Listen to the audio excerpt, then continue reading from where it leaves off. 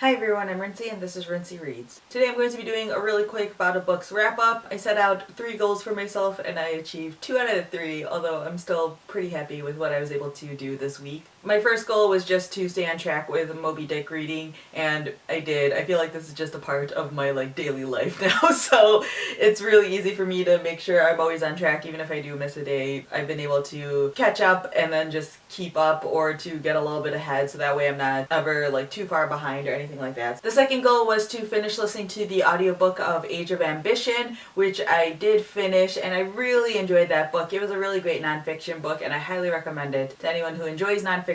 And then my third goal was to read a minimum of 50 pages per day, but I was really going to try to shoot for 100 pages per day.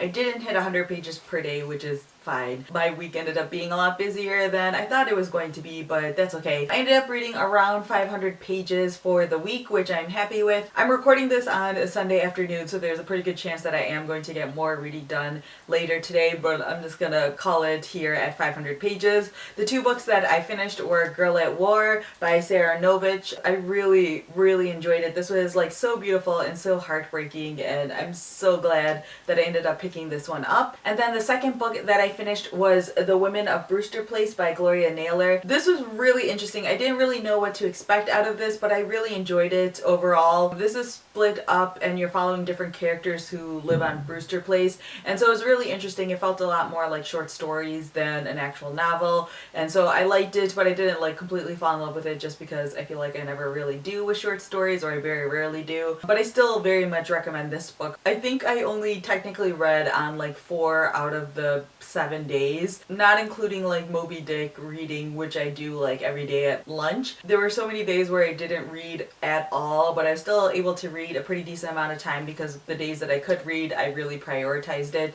So I'm very happy with what I accomplished this week, because if I wasn't doing Bout of Books, I probably wouldn't have tried so hard to read so much. So yeah, that was my Bout of Books. Feel free to leave a comment down below letting me know if you guys were participating, how your week went. So yeah, that's all I have for now, and thanks for watching.